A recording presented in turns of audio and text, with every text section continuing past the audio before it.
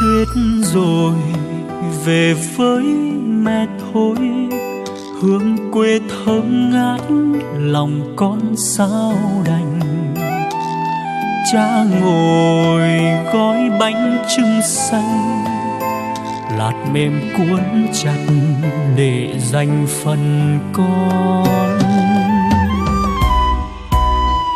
Xứ người một giấc mơ son, phôi pha năm tháng vẫn còn ngu ngơ.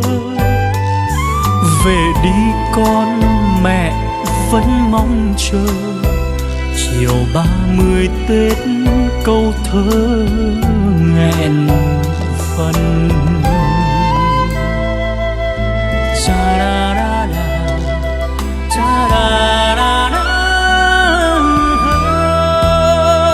Mai đào đã nở ngoài sân, vẫn còn thấy thiếu mùa xuân chưa về. Vội vời khúc hát sông quê, cỏ may găm kín câu thề bỏ quên. Về thôi Tết vẫn trinh nguyên, xuân đâu có tuổi mà nguyện nụ phai. Chị ta năm dòng tháng dài, mẹ ơi gắng đợi ngày mai con về.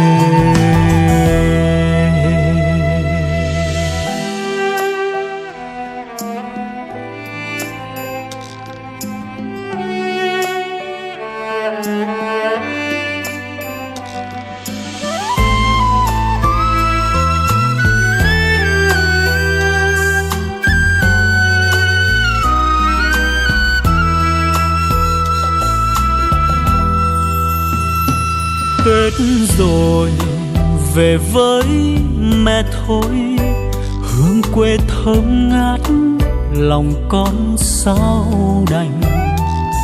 Cha ngồi gói bánh trưng xanh, lạt mềm cuốn chặt để dành phần con. Xứ người một giấc mơ son, phôi pha năm tháng vẫn còn ngu ngơ.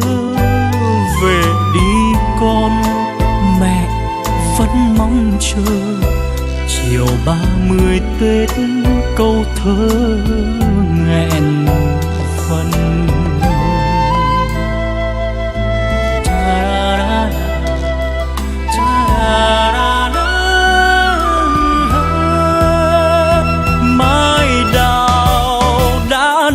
Ngoài sân vẫn còn thấy thiếu mùa xuân chưa về. Vợi vợi khúc hát sông quê, cỏ may găm kín câu thề bỏ quên. Về thôi Tết vẫn trinh nguyên, xuân đâu có tuổi mà nguyện nụ phai. Chị ta năm dòng tháng dài, mẹ ơi gắng đợi ngày mai con về. Mai đào đã nở ngoài sân, vẫn còn thấy thiếu mùa xuân vẫn chưa về. Vợi vợi khúc hát sông quê, cỏ may găm kín câu thề bỏ quên. Về thôi Tết vẫn trinh nguyên, xuân đâu có tuổi mà nguyện nụ phai. Chị ta năm rộng tháng dài.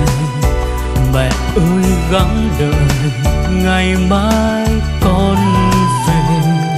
Mẹ ơi gắng đợi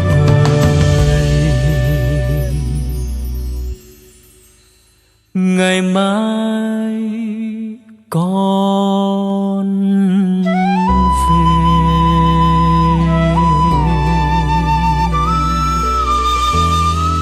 Mẹ, ngày mai con sẽ về.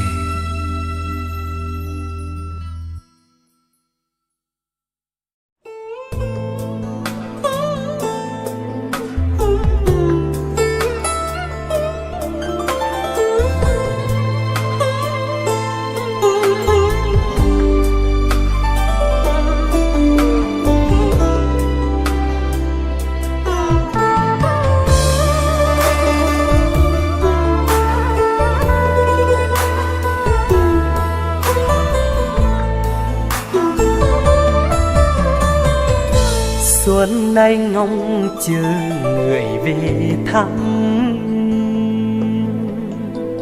xa cách bao ngày thầm thương nhớ.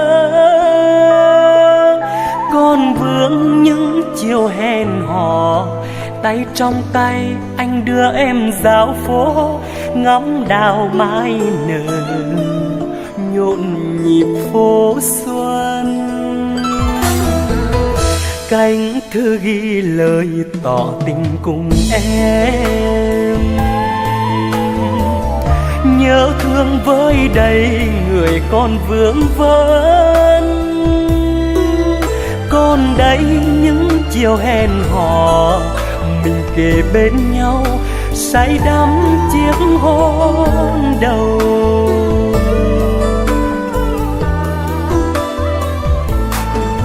Xuân nay em không về, ru lại những câu hò thuở mình còn hẹn ước.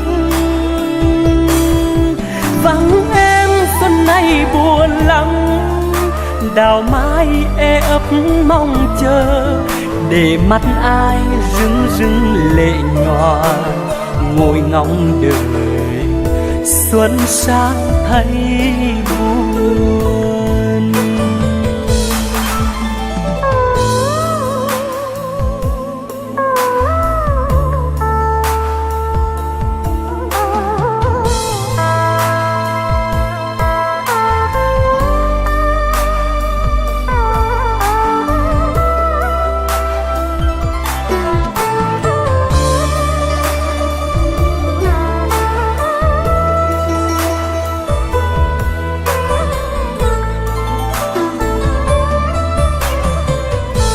Xuân nay ngóng chờ người về thăm,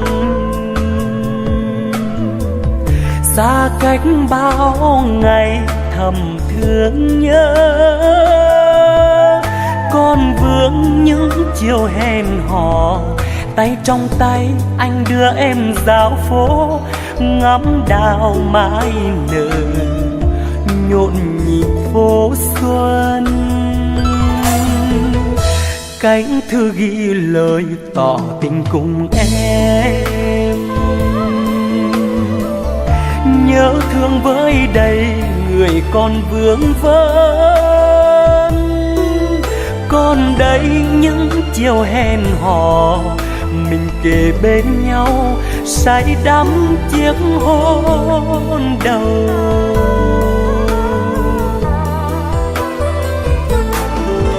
Xuân nay em không về, ru lại những câu hò thuở mình còn hẹn ước. Vắng em xuân nay buồn lắm, đào mai e ấp mong chờ, để mắt ai rưng rưng lệ nhòa ngồi ngóng đời xuân sang thấy buồn. Xuân nay em không về, ru lại những câu hò thuở mình còn hẹn ước.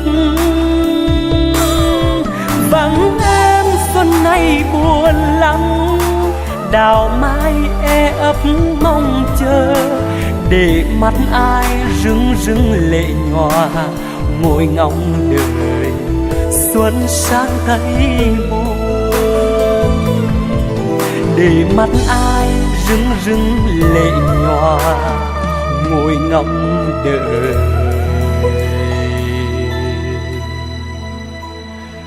xuân sang thấy buồn.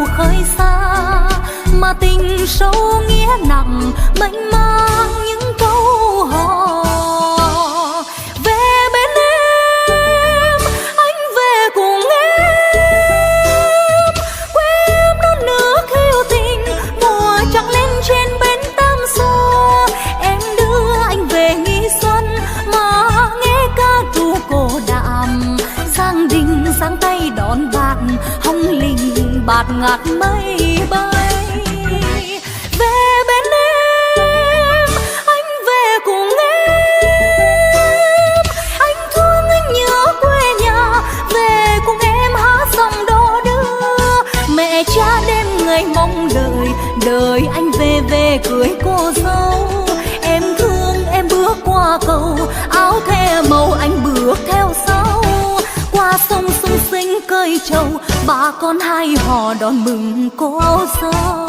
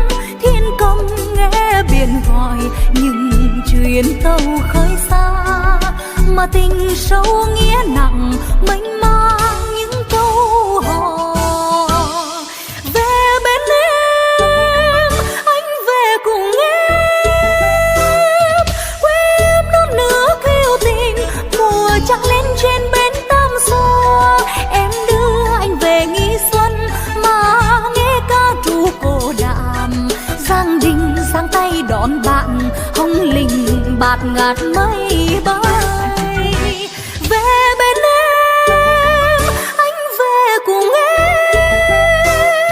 anh thương anh nhớ quê nhà, về cùng em hát dòng đò đưa.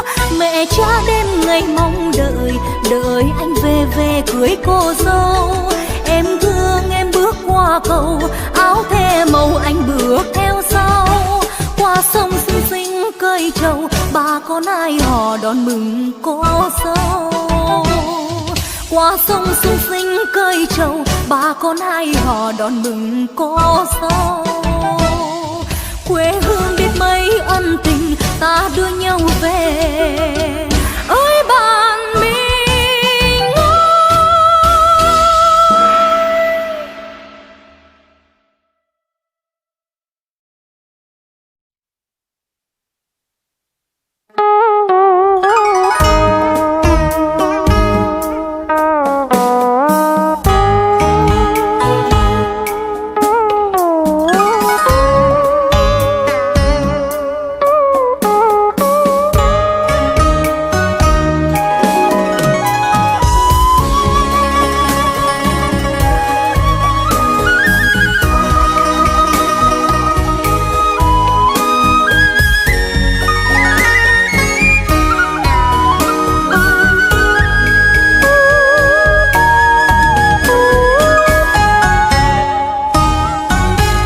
Anh mời em về quê hương anh, nơi anh sinh ra lớn lên từ đó.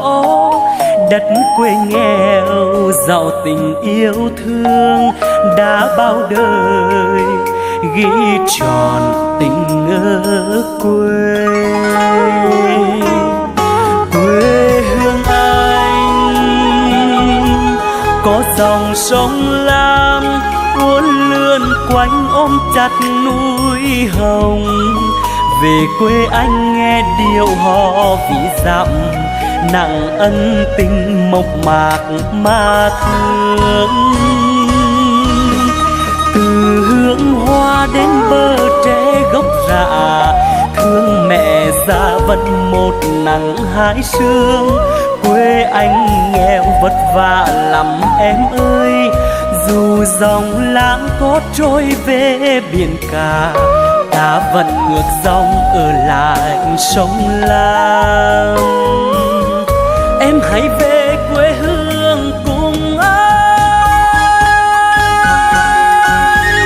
để vương chút nắng của người xứ Nghệ, đồng chút hương bên núi Hồng Lĩnh, nghe mẹ kể về tình làng nghĩa xóm.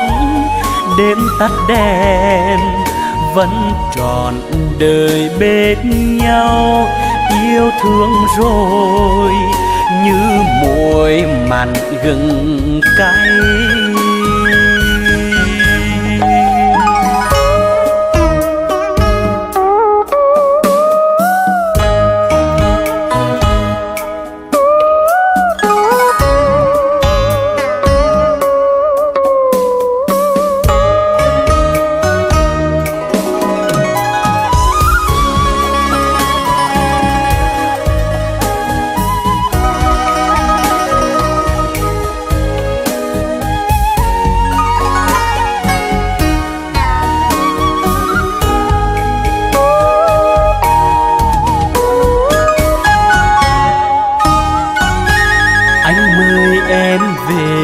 Quê hương anh, nơi anh sinh ra lớn lên từ đó. Đất quê nghèo giàu tình yêu thương, đã bao đời ghi tròn tình ở quê. Quê hương anh có dòng sông Lam uốn lượn quanh ôm chặt núi Hồng. Về quê anh nghe điệu hò ví dặm, nặng ân tình mộc mạc mà thương. Từ hương hoa đến bờ tre gốc rạ, thương mẹ già vẫn một nắng hai sương. Quê anh nghèo vất vả lắm em ơi, dù dòng lãng có trôi về biển cả, cá vẫn ngược dòng ở lại sông Lam. Em hãy về quê hương cùng anh, để hưởng chút nắng của người xứ Nghệ, đồng chút hương bên núi Hồng Lĩnh, nghe mẹ kể về tình làng nghĩa xóm. Đêm tắt đèn vẫn trọn đời bên nhau, yêu thương rồi như muối mặn gừng cay.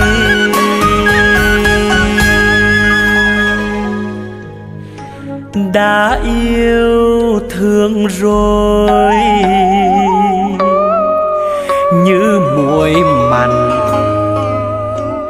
gừng cay.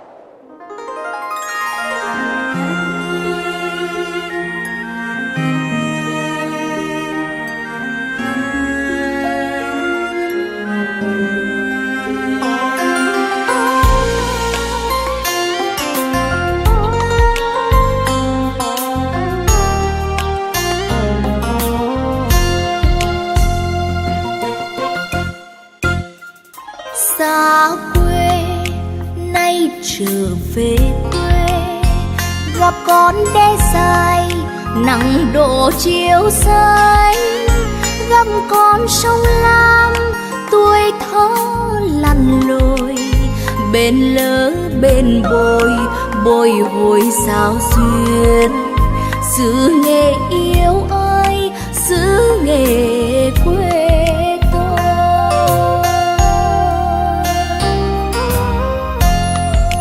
Họ ơi, ai đã xa quê mân trắng mà quên đường, bàn nước che xanh gọi bạn đêm trăng râm, man máng hương cau vườn ai vừa chớm nở, bên những cây trầu dịu ngọt một mùa trăng. Người ơi, ai đã xa quê mân răng mà quên đường, bên nước bờ tre xôn xao những cánh cò, ai ngóng ai trông, người đi người ở lại, vẫn mãi ân tình xứ Nghệ yêu ơi, vẫn mãi ân tình xứ Nghệ quê tôi.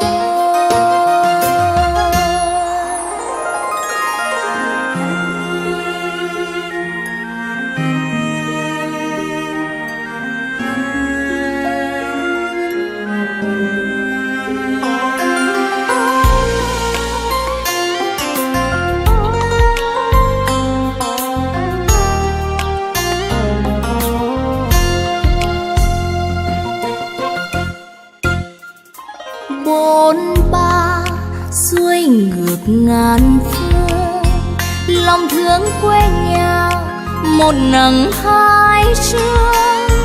Người đi xa quê lòng luôn ở lại, nhớ mãi câu hò một vầng trăng khuyết, thương mãi con đò neo đợi người.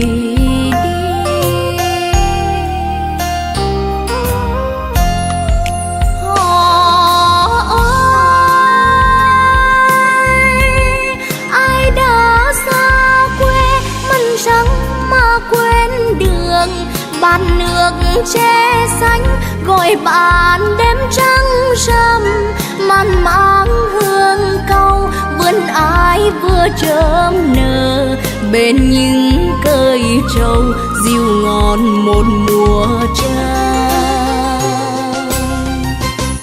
Người ơi, ai đã xa quê mân răng mà quên đường, bên nước bờ tre xôn xao những cánh cò, ai ngóng ai trông, người đi người ở lại, vẫn mãi ân tình xứ Nghệ yêu ơi, vẫn mãi ân tình xứ Nghệ quê tôi. Người ơi, ai đã xa quê mân răng mà quên đường, bên nước bờ tre xôn xao những cánh cò, ai ngóng ai trông, người đi người ở lại, vẫn mãi ân tình xứ Nghệ yêu ơi, vẫn mãi ân tình xứ Nghệ quê tôi, vẫn mãi ân tình xứ Nghệ quê tôi.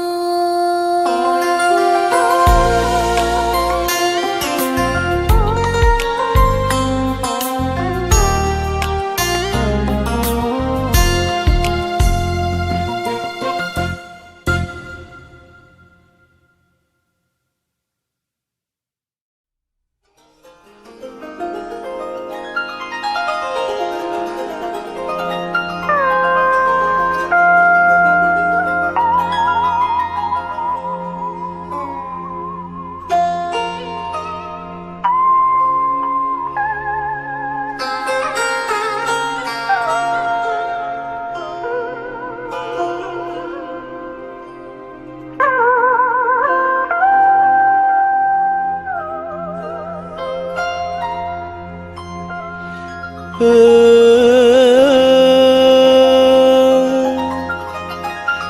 quê hương nuôi con bằng dân ca vì dặm, giọt sữa chắt chiêu khoai sắn dưa ca, cho con lớn lên tháng ngày đằng đằng. Qua nửa đời luôn nâng bước đi xa.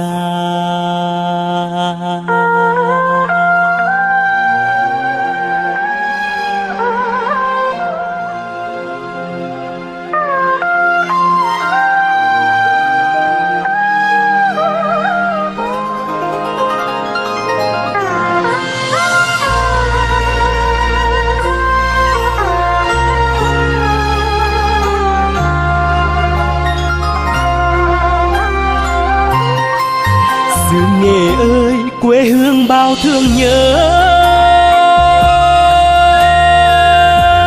nơi có mẹ cha dưỡng dục sinh thành, nơi sinh ra câu hò điều ví, sông Lam núi Hồng cảnh đẹp như tranh. Con chưa về để dặm thương dặm nhớ, để ví đò đưa trên sông nước bồi hồi, giọt mồ hôi ướt vai chặt mặn, vất vả nhọc nhằn vẫn câu hát ngân nga. Có phải quê nghèo gừng cay muối mặn, câu hát nằm nghiêng gió lao bóng cát, bao thấm đẫm hồn quê sông núi, nên vì dặm rồi càng hiểu tấm lòng nhau. Ở nơi xa con chưa kịp về, nơi quê nhà vĩnh danh vì dặm, nghe tiếng ơi như lời mẹ hát, cho vì dặm quê mình cất cánh bay xa.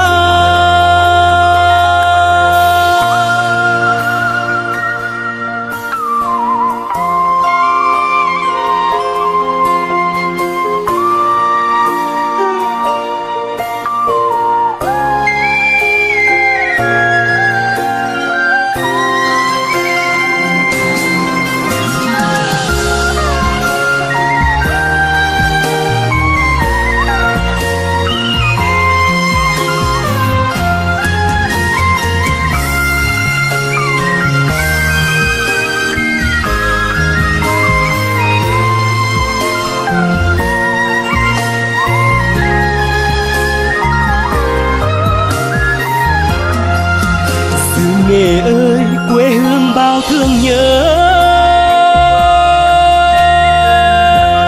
nơi có mẹ cha dưỡng dục sinh thành, nơi sinh ra câu hò điều ví, sông Lam núi Hồng cảnh đẹp như tranh. Con chưa về để dặm thương dặm nhớ, để ví đò đưa trên sông nước bồi hồi, giọt mồ hôi ướt vai chặt mặn, vất vả nhọc nhằn vẫn câu hát ngân nga.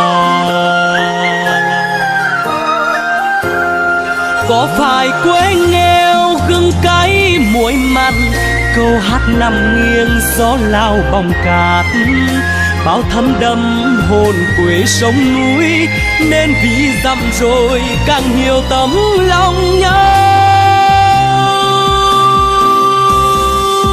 Ở nơi xa con chưa kịp về, nơi quê nhà vĩnh danh vì dặm, nghe tiếng ơi như lời mẹ hát, cho vì dặm quê mình cất cánh bay xa, cho vì dặm quê mình cất cánh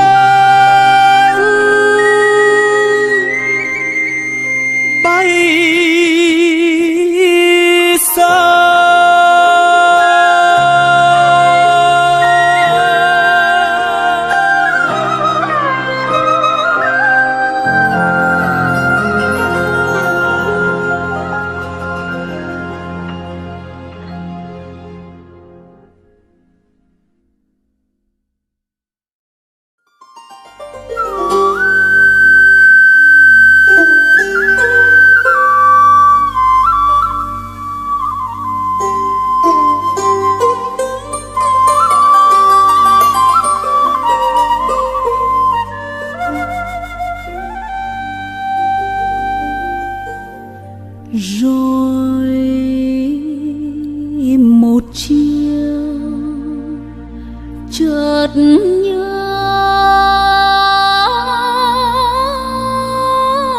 quê hương, nghe em hát dân ca xưa nghệ,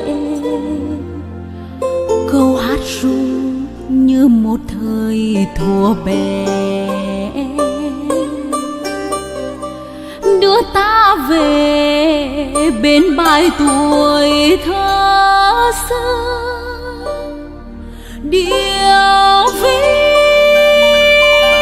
quê hương giữa bốn bề băn rộn, đất quê mình còn nghèo lắm người ơi. Sao điều vì cứ năng tính đến thế, nào nào lòng đứa con ở nơi xa.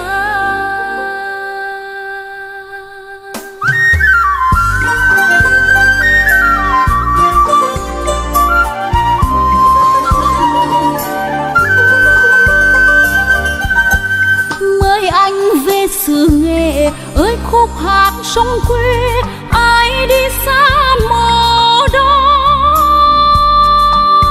nghe thân thương như dòng sông thuở nhỏ. Ai là ai quen sao nỡ không về. Anh cứ đùa em nọ cho và nọ lấy, sao mềm lòng ngồi hát để anh nghe.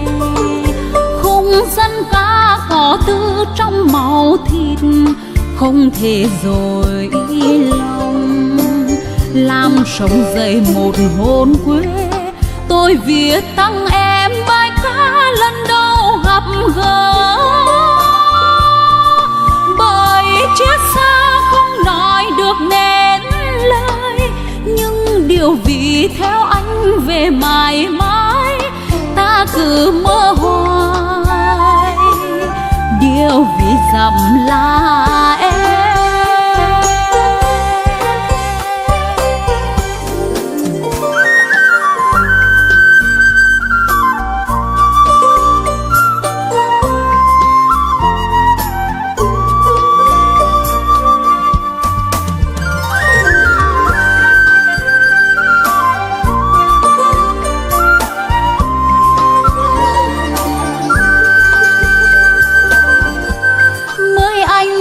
Xứ Nghệ ơi khúc hát sông quê, ai đi xa mồ đó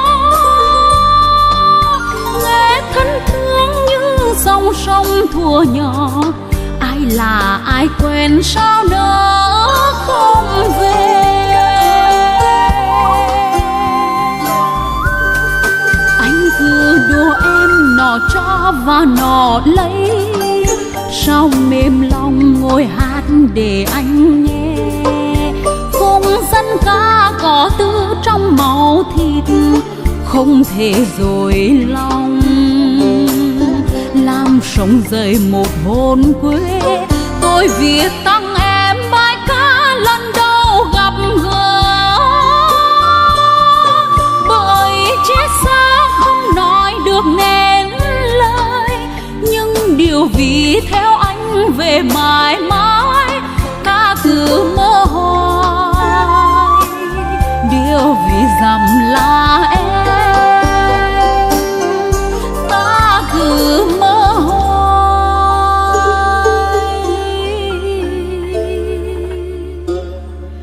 Điều vì dặm là em.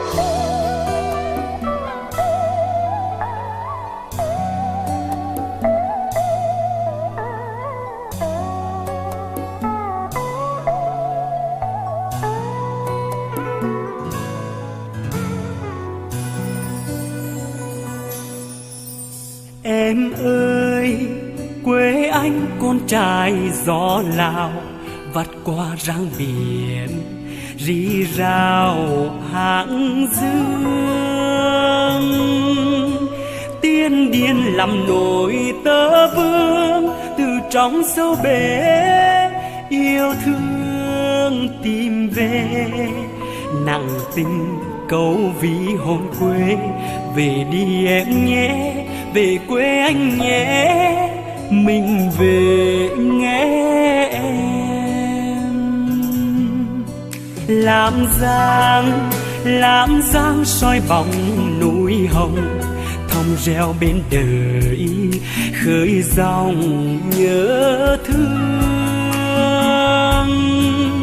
Giang đình nổi nhịp tơ vương, dệt nên câu hát thương nhau tìm về.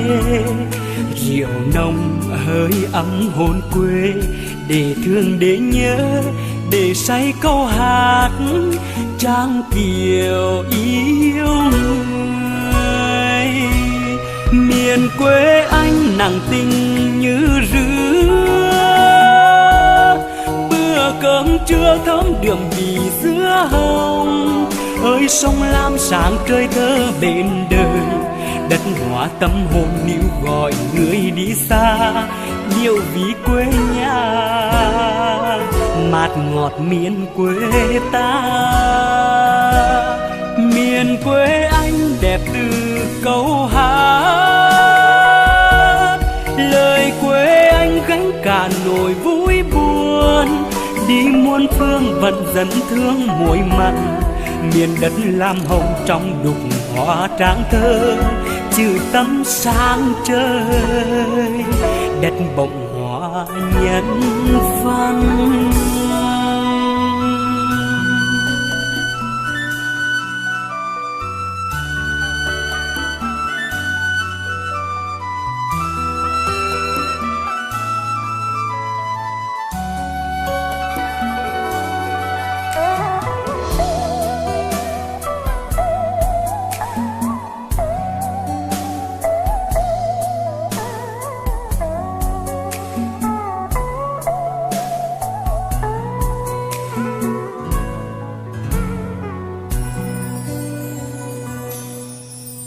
Em ơi, quê anh con trai gió Lào, vắt qua rang biển rì rào hàng dương. Tiên điên làm nổi tơ vương từ trong sâu bể yêu thương tìm về. Nặng tình câu ví hồn quê, về đi em nhé, về quê anh nhé, mình về nghe em. Làm giang soi bóng núi hồng, thong reo bên đời khơi dòng nhớ thương. Giang đình nổi nhịp tơ vương, dệt nên câu hát thương nhau tìm về. Rượu nồng hơi ấm hồn quê, để thương để nhớ, để say câu hát trang kiều yêu người. Miền quê anh nặng tình như rứa, bữa cơm trưa thơm đượm vì dứa hồng. Ơi sông lam sáng trời thơ bên đời, đất hóa tâm hồn níu gọi người đi xa, điệu ví quê nhà mát ngọt miền quê ta. Miền quê anh đẹp từ câu hát, lời quê anh gánh cả nỗi vui buồn. Đi muôn phương vẫn dẫn thương muối mặn, miền đất lam hồng trong đục hoa tráng thơ, trừ tâm sáng trời, đất bồng hoa nhân văn. Trừ tâm sáng trời, đất bỗng hóa nhân văn.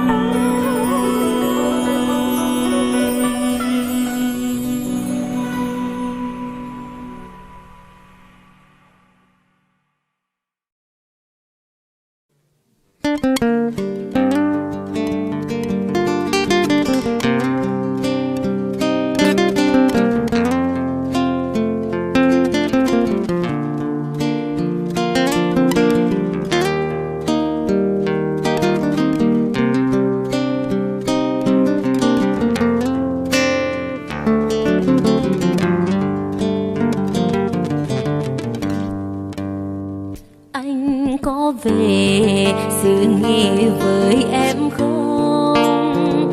Đất miền Trung mưa dầm nắng gió về đó rồi anh thương nhiều hơn nữa, bởi nơi em thăm đường tình quê.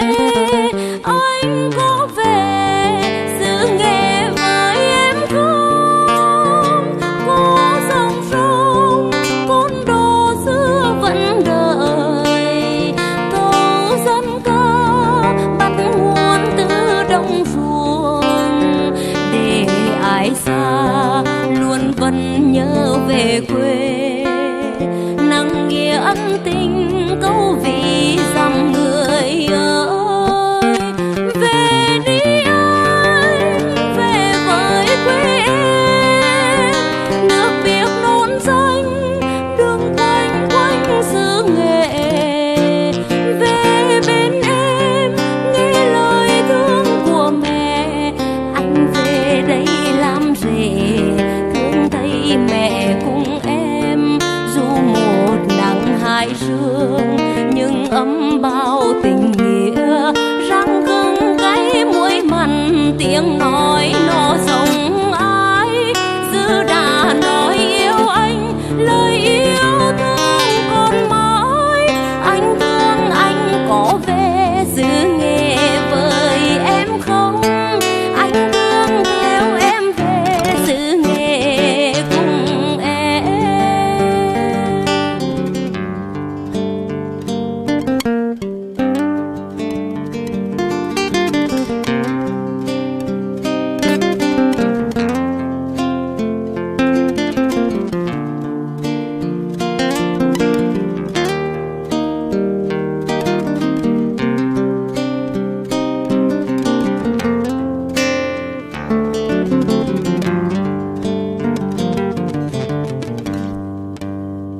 Anh có về sự nghề với em không? Đất miền Trung mưa dầm nắng gió về đó rồi anh thương nhiều hơn nữa, bởi nơi em thăm đường tình quê. Anh có về xứ nghệ với em không? Có dòng sông côn đô xưa vẫn đợi, câu dân ca bắt nguồn từ đồng ruộng, để ai xa luôn vẫn nhớ về quê. Nắng nghĩa ân tình câu vì dằm người ơi, về đi anh, về với quê em. Nước biếc nón xanh đường quanh quanh xứ nghệ, về bên em nghe lời thương của mẹ. Anh về đây làm rể thương thấy mẹ cùng em, dù một nắng hai sương nhưng ấm bao tình nghĩa. Răng cưng cái muối mặn tiếng nói nó giống ai, dư đã nói yêu anh lời yêu thương còn mãi. Anh thương anh có về xứ nghệ với em không? Anh thương theo em về xứ nghệ cùng em. Anh thương anh có về xứ nghệ với em không? Anh thương theo em về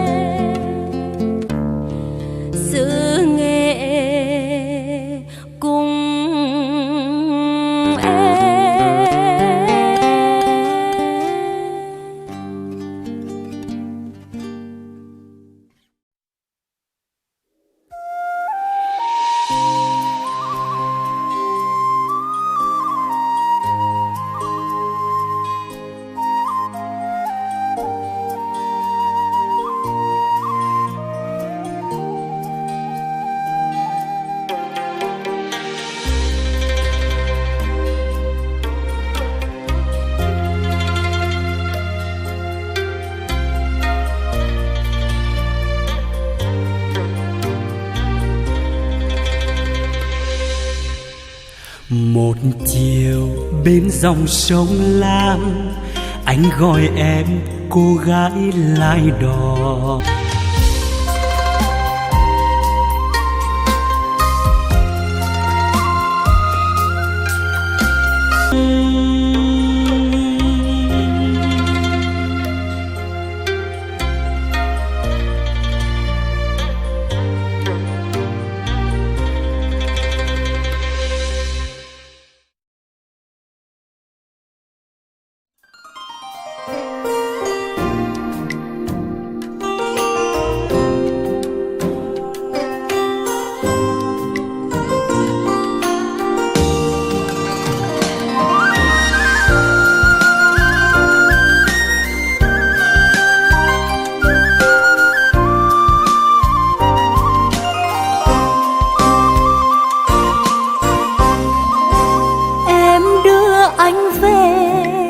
Thăm quê xứ Nghệ, nơi có bến thuyền xuôi ngược đời ta, nơi có gióng lắm quyện chặt núi hồng.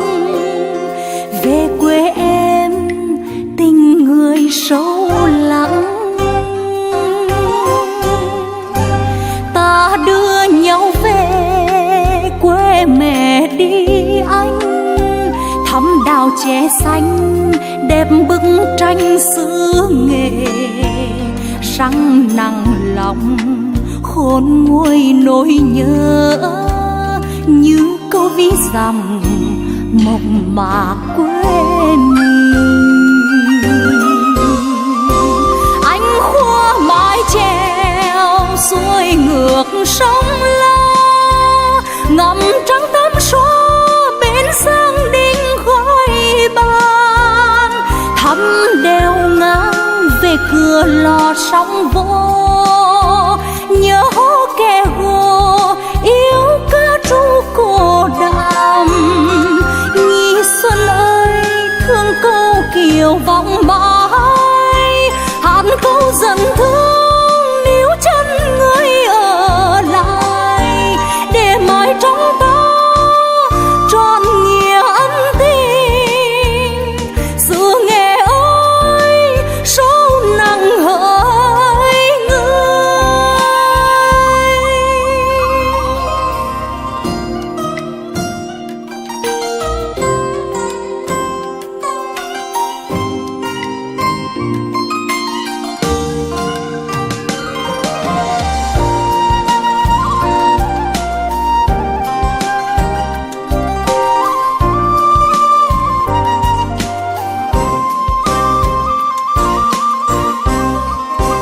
Em đưa anh về thăm quê xứ Nghệ, nơi có bến thuyền xuôi ngược đời ta, nơi có gióng lắm quyện chặt núi hồng. Về quê em tình người sâu lắng, ta đưa nhau về quê mẹ đi anh. Thắm đào che xanh đẹp bức tranh xứ Nghệ, răng nặng lòng khôn nguôi nỗi nhớ, như câu ví dặm mộc mạc quê mình. Anh khua mái chèo xuôi ngược sông La, ngắm trăng tắm xóa bên sông Đinh khói ban. Thăm đèo ngang về cửa lò sóng vô, nhớ kẻ hồ yêu ca ru cô đàm. Nhi xuân ơi thương câu kiều vọng mãi, hát câu dần thương níu chân người ở lại, để mãi trong ta trọn nghĩa ân tình. Xứ Nghệ ơi sâu nặng hỡi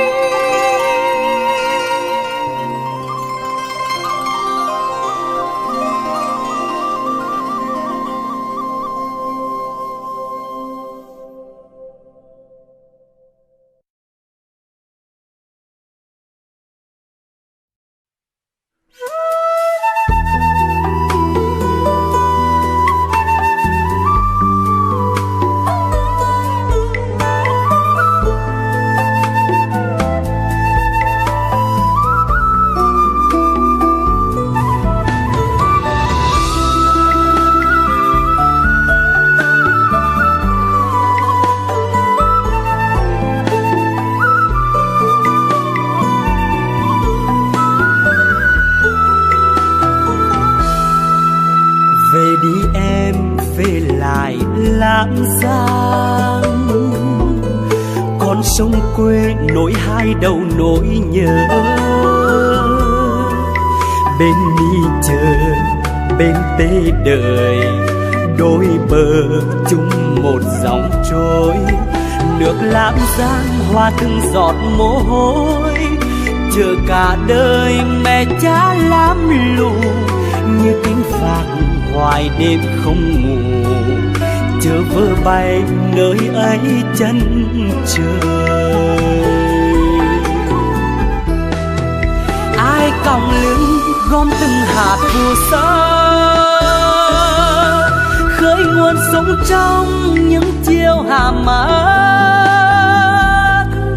cho ta lớn lên nước trôi bèo dạt. Từ nhọc nhằn con nước mùa sông, ta trở về tìm bến đá rêu phong, nơi bề đứng cho đời ta lớn dậy. Lam Giang ơi không bao giờ ngừng cháy, như hồn ta mãi hóa theo dòng.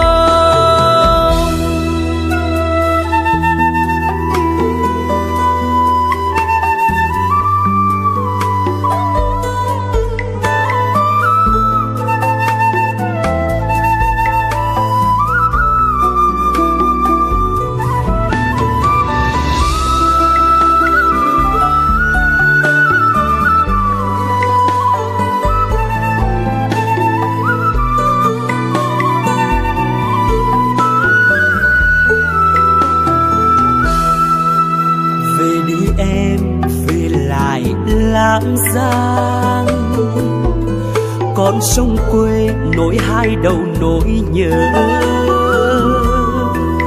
bên mi chờ bên tê đời, đôi bờ chung một dòng trôi. Nước Lam Giang hoa từng giọt mồ hôi, chờ cả đời mẹ cha lam lũ, như cánh vạc hoài đêm không ngủ, chờ vơ bay nơi ấy chân trời. Ai còng lưng gom từng hạt phù sa, khơi nguồn sống trong những chiều hà mát, cho ta lớn lên nước trôi bèo dạt.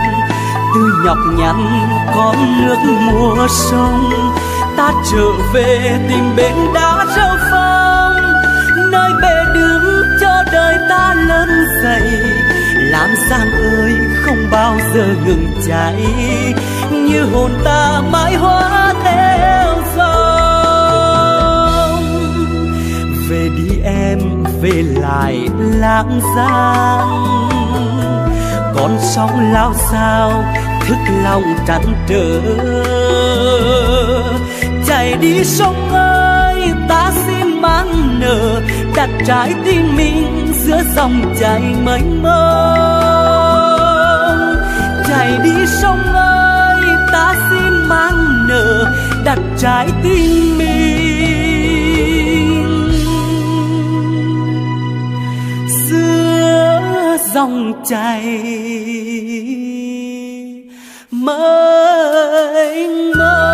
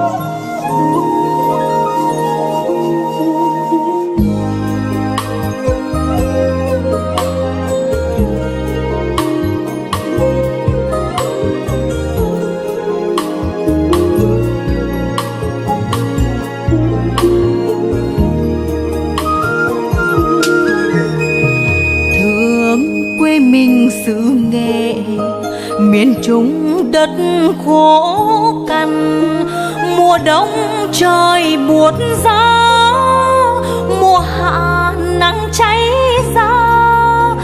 ruộng đồng khô nứt nẻ, mưa đi không kịp về. Bao đời dân xứ Nghệ một lòng yêu thương quê.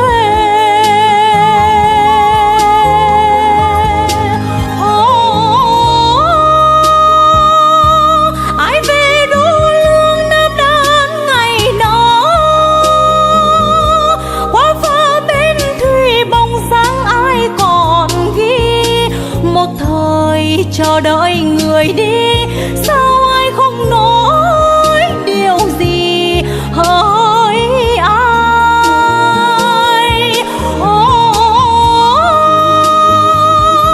Thương dòng sông Lam căng chân nỗi nhớ, qua câu bên thủy lưu luyến khói trường thi. Ngày về nàng đã vô quy, duyên ta như rứa buồn không hỡi người.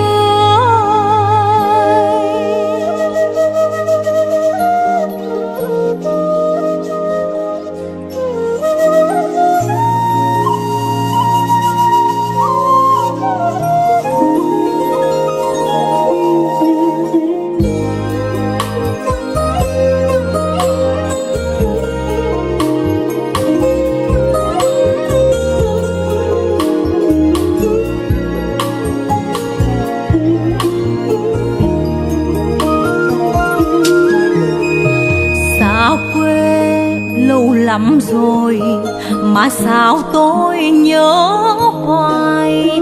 Ngày đi người em gái gửi hồn theo ước mơ, hẹn thề cùng non biển.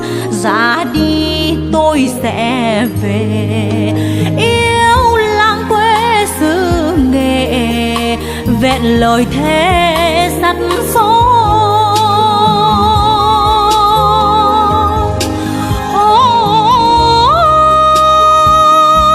Ai về đô lương Nam Đan ngày đó, qua phá bên thủy bóng dáng ai còn ghi. Một thời chờ đợi người đi, sao ai không nói điều gì hỡi ai.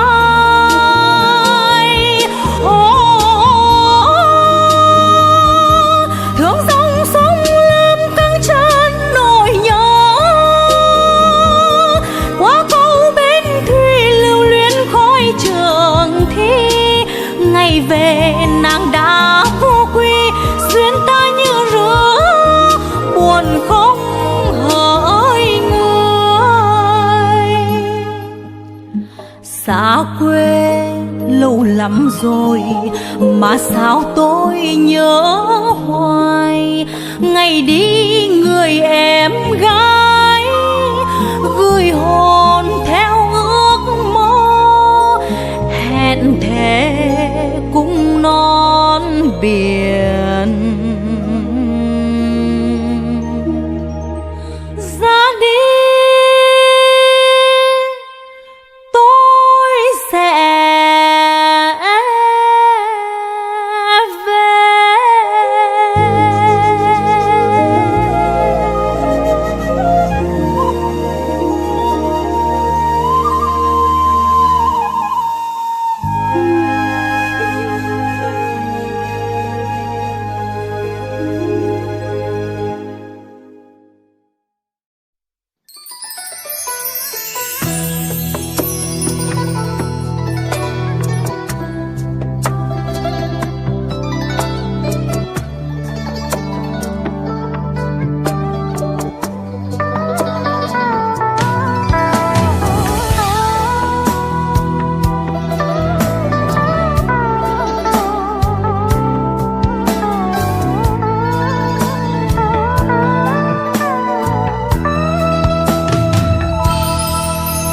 Quê nơi đâu em hỏi hoài hỏi mãi.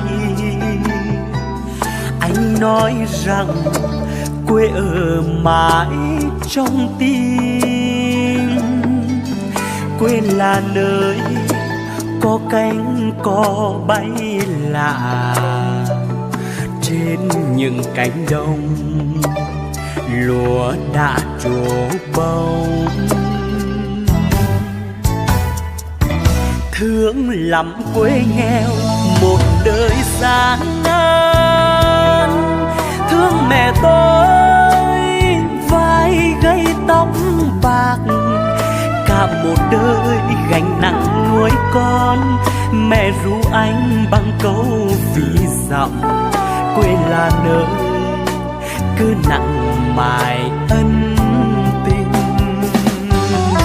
Như câu ví sống làm con đó, ta bên nhau giờ chưa hề cháy bỏng. Bạt tre xanh làm dịu mát lòng ta, quê là nơi tuổi thơ bên cánh vọng. Tiếng ru hơi cứ đọng mãi trong ta, nghe ấm trong lòng hai tiếng quê hương. Dù nơi xa luôn dạt dào nỗi nhớ, muốn tìm về nơi đó yêu thương. Bên nhau ta về, về lại quê ơi.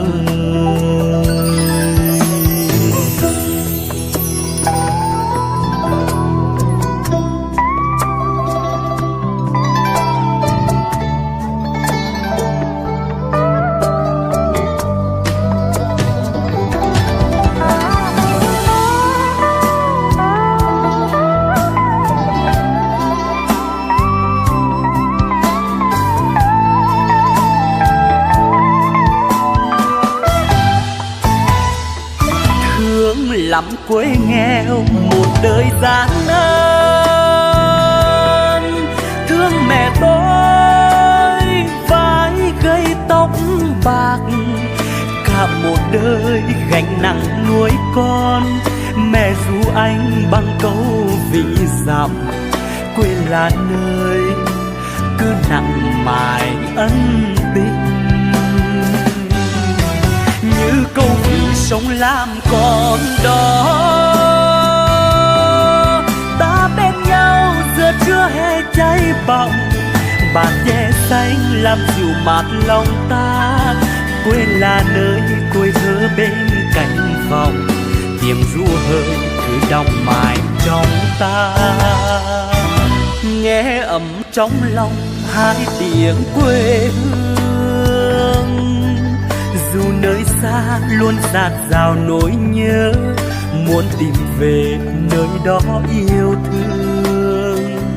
Bên nhau ta về, về lại quê ơi.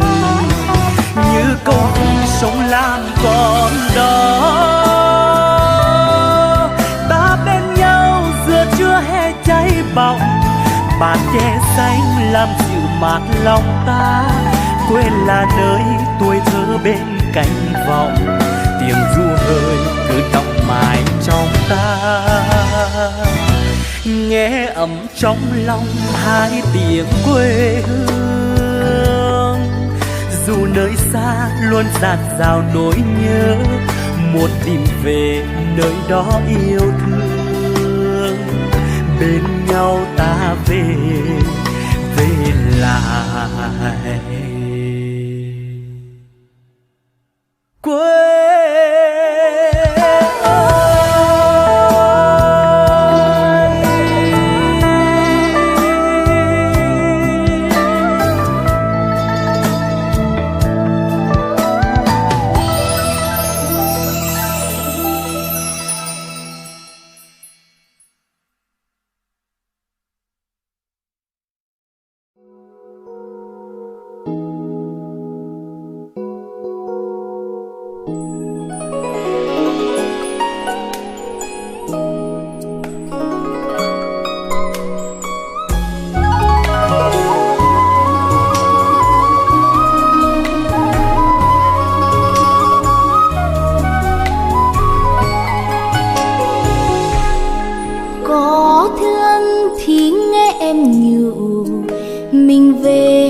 Tình nghe anh về nghe câu dặm mẹ ru em ơi. Về nghe anh nắng hè đất nè, gió lao qua bụi chuối buồng cau, mời anh bạt nước che xanh. Tình sâu nghĩa nặng quê em nhớ về. Quê hương em đi mô mà nó nhớ, Hà Tĩnh ơi sâu nặng ấm tình. Mình về Hà Tĩnh mình đi, nghe cô hò tình quê dịu ngon. Nương sông La đêm trăng gợn bạc, khua mái treo lặn lối cùng anh. Về nghe anh, về say cô vì quê nhà, say hương bưởi thơm cam bu trái ngon.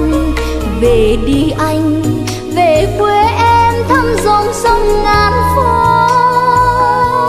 Mùa nương nổi vần êm đêm như khung hát mẹ ru.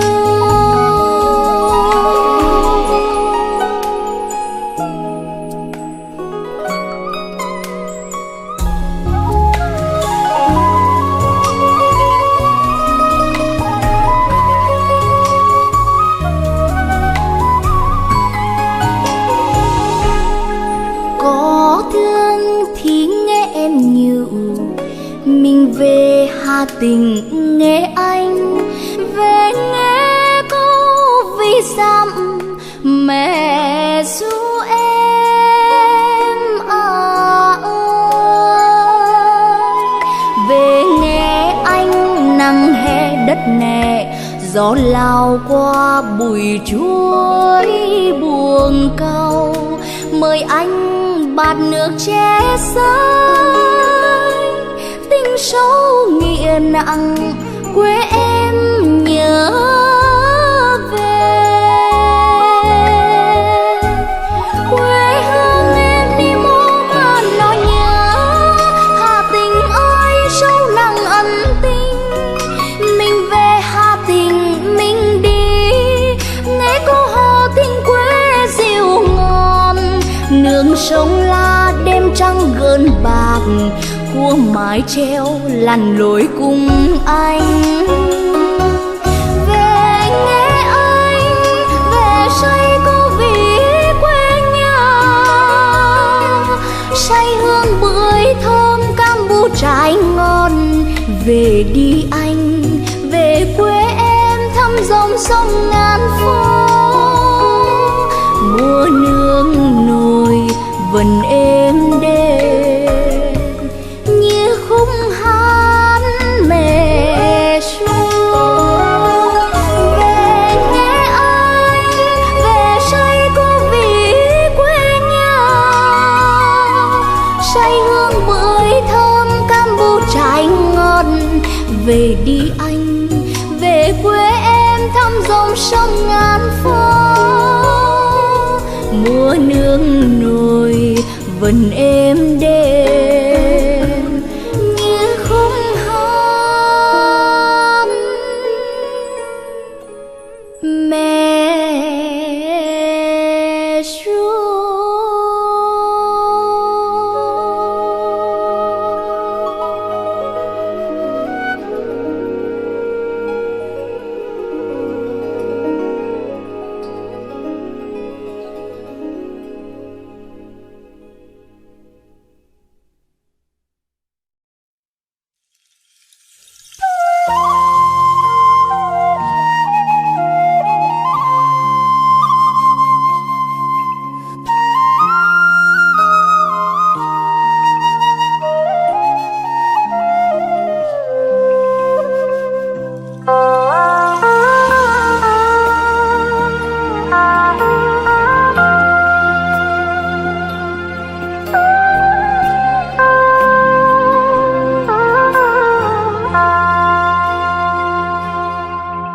một chiều Trên bên sông quê, lòng nao nao nghe câu hò ví dặm. Điệu dân ca sao nặng tình đến thế, níu chân người bịn rịn khi xa.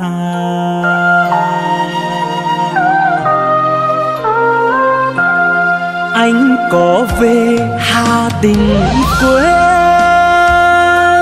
mặc chiếc áo tới chưa hề cháy bỏng. Ngọn núi hồng nghi ngút tận chân mây, nước sông La mát như dòng sữa mẹ. Năm đời tháng chơi kẻ gỗ là đây.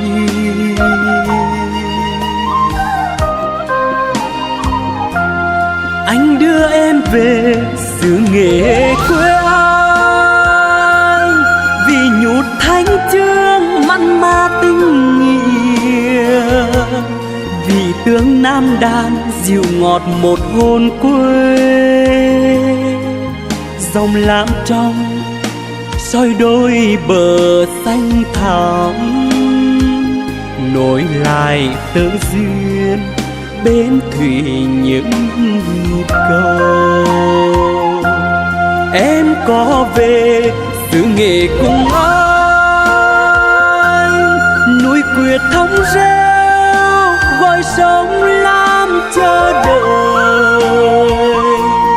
Lá trầu cay quên chặt miếng cau non, về bên nhau ta trọn tình chung thủy. Đất học nhân văn xứ Nghệ ân tình.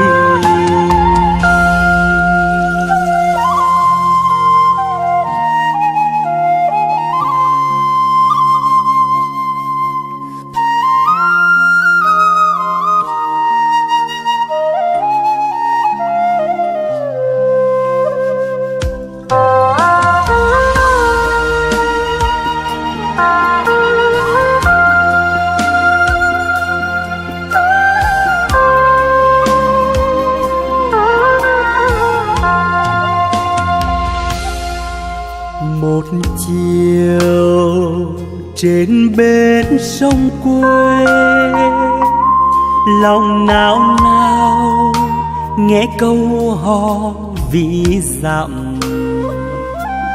Điệu dân ca sao nặng tình đến thế, níu chân người bịn rịn khi xa.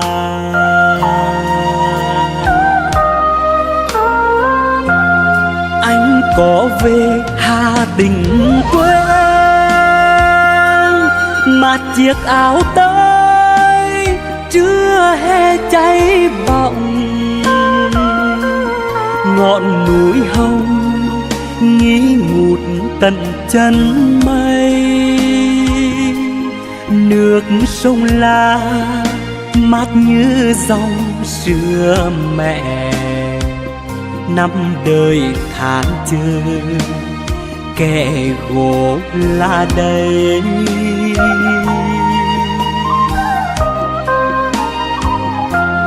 Anh đưa em về xứ Nghệ quê anh, vì nhút thánh chương mặn mà tình nghĩa, vì tướng Nam Đàn dịu ngọt một hồn quê.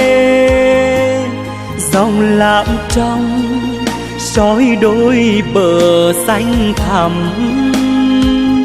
nối lại tơ duyên bên thủy những nhịp cầu. Em có về xứ Nghệ cùng anh, núi Quyết thống reo gọi sông Lam chờ đợi. Lá trầu cay quên chặt miệng câu non. Về bên nhau ta chọn tình chung thủy, đất học nhân văn xứ nghệ ân tình. Về bên nhau ta chọn tình chung thủy, quê mẹ yêu thương.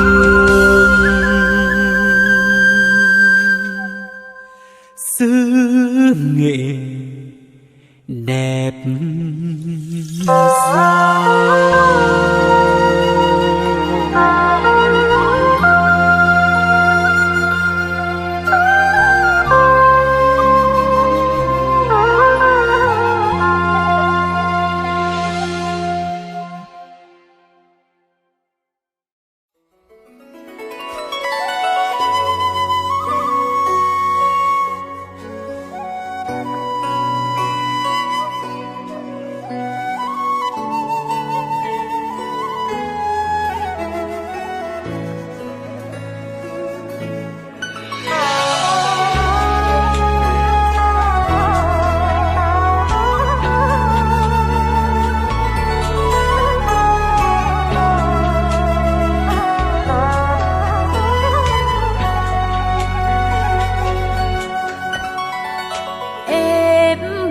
Thăm xứ nghệ hò hẹn đêm sông Lam, nghe câu ca ru cô đàm ẩn tình nỗi nhịp tơ duyên. Vội thăm đò cầu trâu, núi quyết vườn ôm sông La, hai bên bờ vì sông xa quê lại muốn về.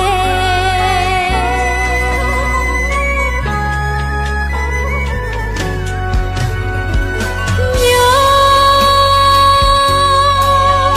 bên nước rồi cây đa, lúa đồng xanh bát ngát, mùi hương hoa bưởi ngào ngạt, mái tóc em quyến hương quê. Đàn trâu gầm có chiến đế, sẵn chê chê bóng mát, điều vì xăm em hát, rượu can chén trong say.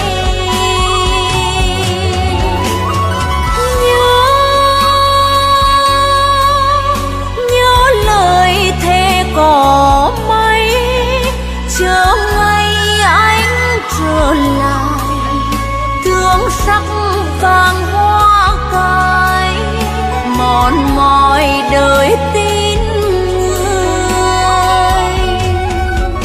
Trách anh nó giữ lời để đò nghiêng bên lỡ, chia đôi câu bên thủy Giang Ngọc ai trông theo.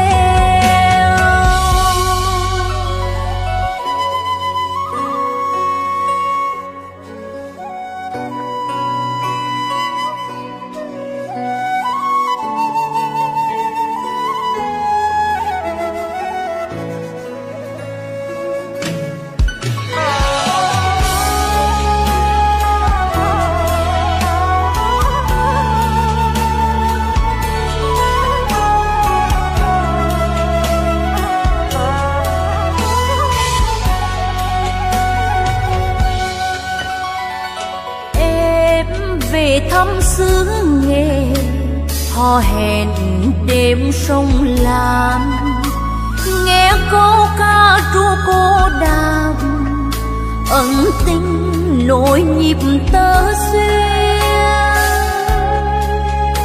Vội thăm đò cầu trâu, núi quyết vườn ôm sông La, hai bên bờ vì sông xa quê lại muốn về.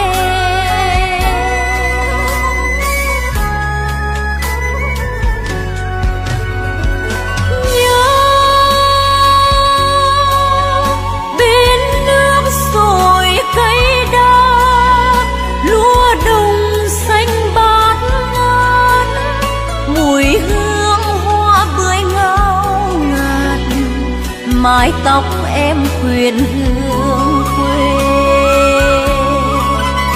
Đàn trâu gầm có chiến đế, săng chê chê bóng mát, điều vì xăm em hát, rượu can chén trắng say.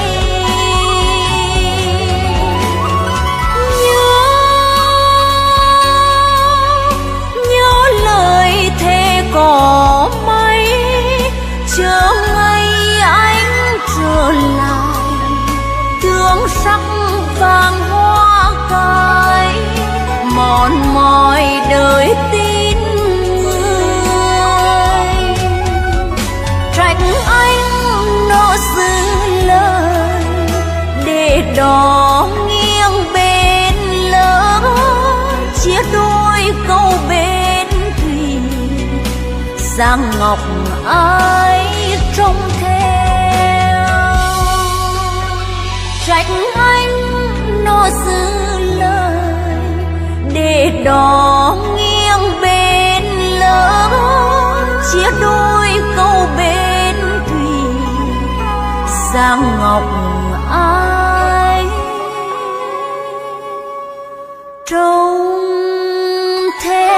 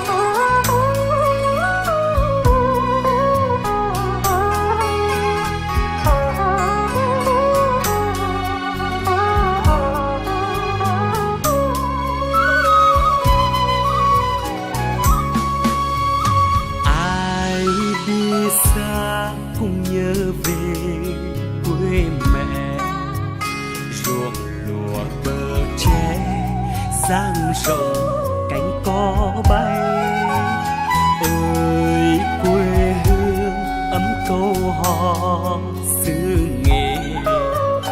Hết dần rồi thương, năm tháng vẫn ngọt ngào. Xứ nghệ mình ơi, sao mà yêu tha thiết. Bao năm đi xa nơi chân trời góc bể, vẫn nghe mẹ ru những lời mẹ hát, nhiều ví dặm quê mình dịu ngọt một miền quê.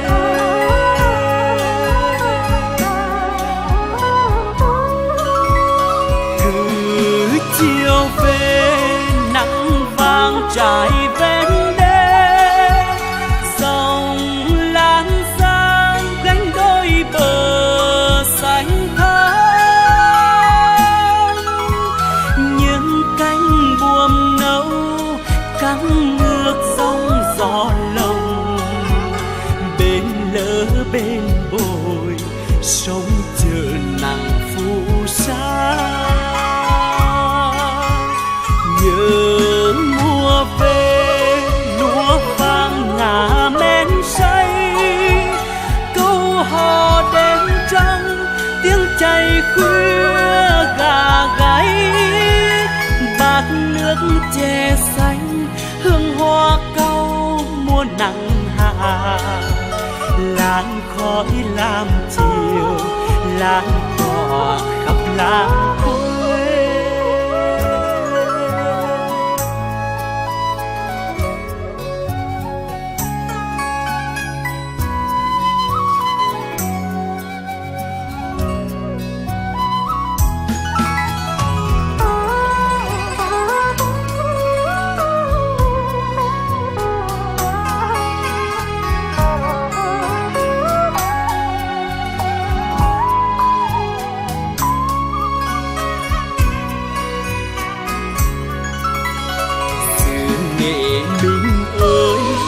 sao mà yêu tha thiết. Bao năm đi xa nơi chân trời góc bể, vẫn nghe mẹ ru những lời mẹ hát, điều ví dặm quê mình dịu ngọt một miền quê.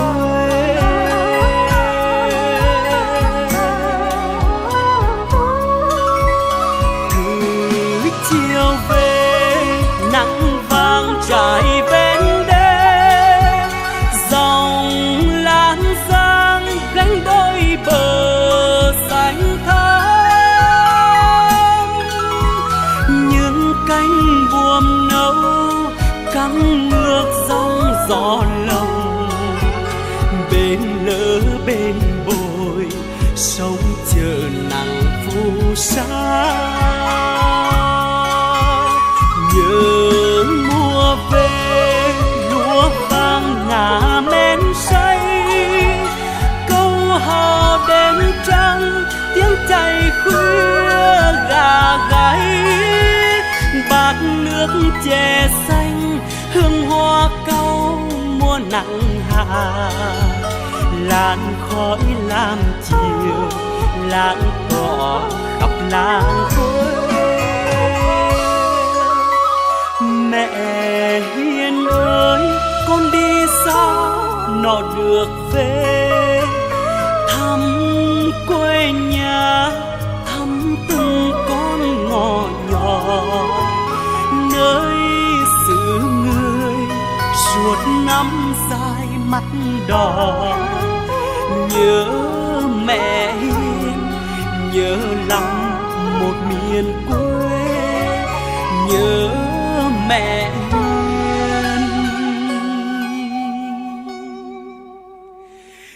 nhớ lắm một miền quê.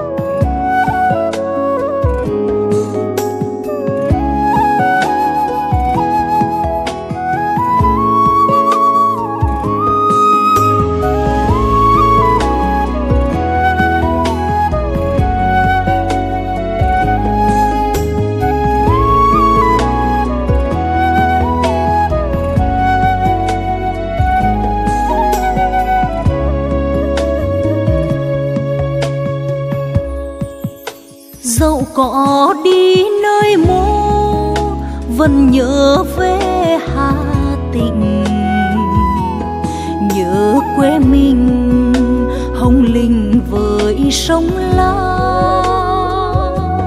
Đức Thọ thân thương yêu biết mấy quê nhà, Lộc Hà ơi vẫn vương ngàn nỗi nhớ.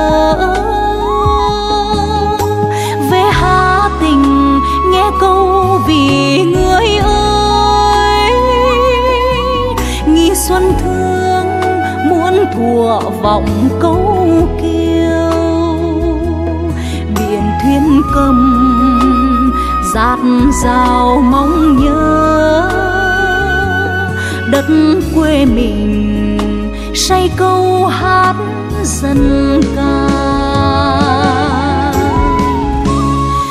Gỗ lá đây thanh hà tha thiết, dẫu có đi xa vẫn vẹn tình xứ nghe. Về Hương Sơn vẫn vương sông ngàn phố, như lòng mẹ nắng bước chân con. Hà Tĩnh ơi yêu lắm quê mình, câu dân thương sao nặng lòng xa xiết. Gửi niềm thương ngọt ngào như sóng biển. Hà Tĩnh ơi, Hà Tĩnh ơi, đi xa lại nhớ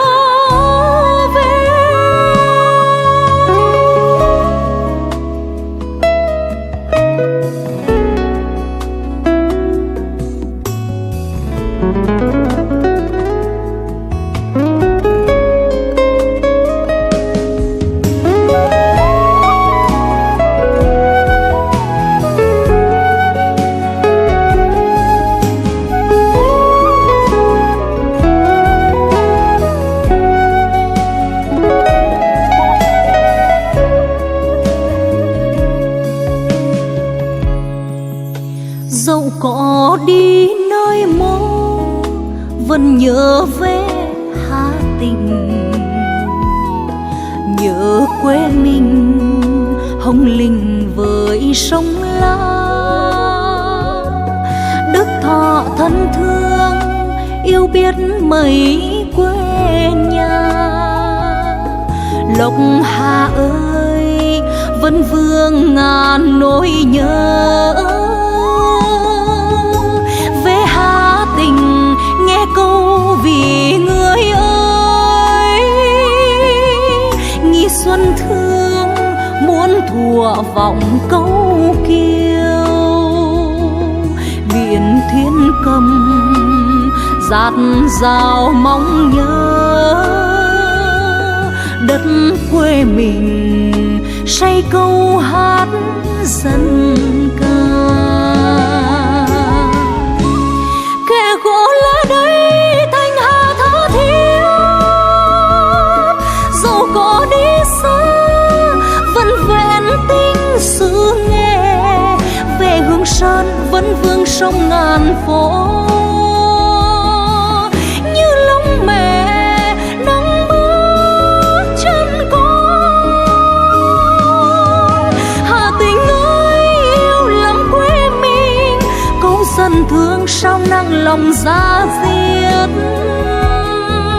Gửi niềm thương ngọt ngào như sông biển. Hà Tĩnh ơi, Hà Tĩnh ơi, đi xa lại nhớ về.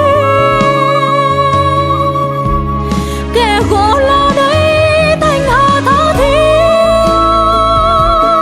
dẫu có đi xa vẫn vẹn tình xứ nghe. Về Hương Sơn vẫn vương sông ngàn phố, như lông mẹ nắng bước chân con. Hà Tĩnh ơi yêu lắm quê mình, câu dân thương sao nặng lòng ra diết. Gửi niềm thương ngọt ngào như sông biển. Hà Tĩnh ơi, Hà Tĩnh ơi, đi xa lại nhớ về.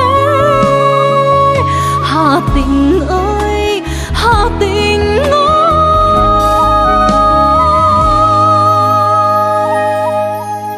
đi xa lại nhớ về.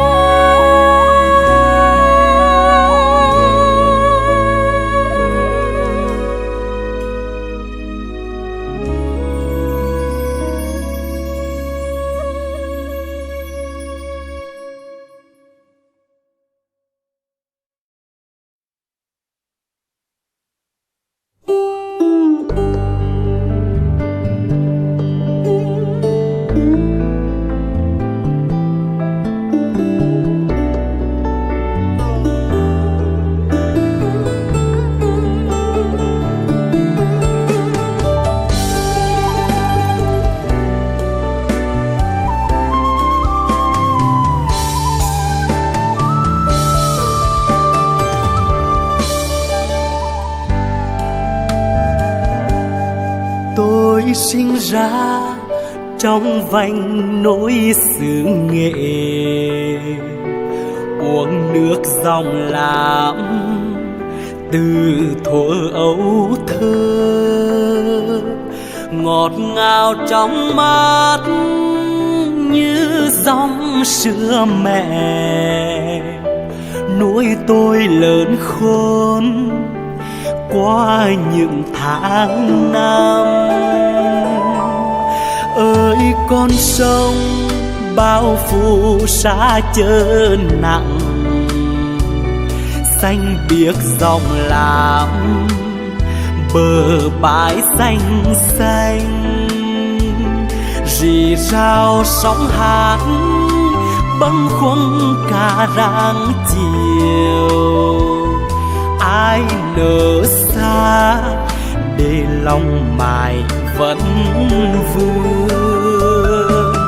Ơi dòng Lam sông mang bao kỷ niệm, xanh đôi bờ xanh suốt tuổi thơ tôi. Chiều buông xuống ai người giặt áo, một cánh buồm nâu xuôi ngược trên sông. Ơi dòng lam mênh mang như tình mẹ, ôm vào lòng ký ức tuổi thơ tôi.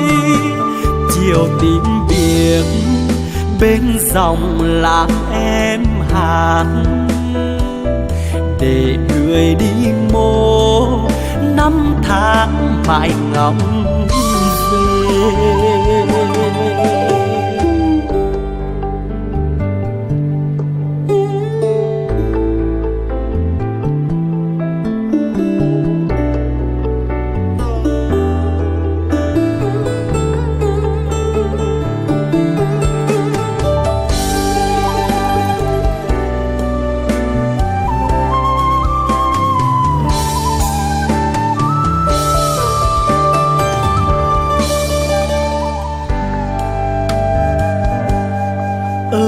Con sông bao phủ xa chớ nặng, xanh biếc dòng lam bờ bãi xanh xanh. Rì rào sóng hát bâng khuâng cả rạng chiều. Ai nỡ xa để lòng mãi vẫn vương. Ơi dòng lam sông mang bao kỷ niệm, xanh đôi bờ xanh suốt tuổi thơ tôi. Chiều buông xuống ai người giặt áo, một cánh buồm nâu xuôi ngược trên sông.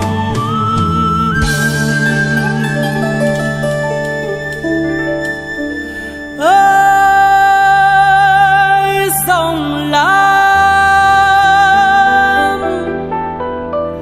mênh mang như tình mẹ, ôm vào lòng ký ức tuổi thơ tôi.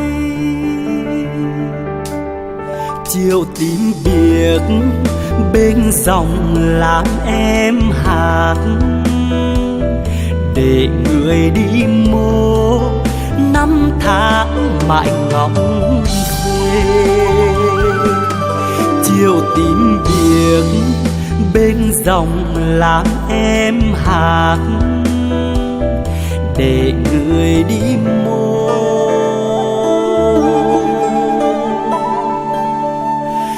năm tháng mãi ngóng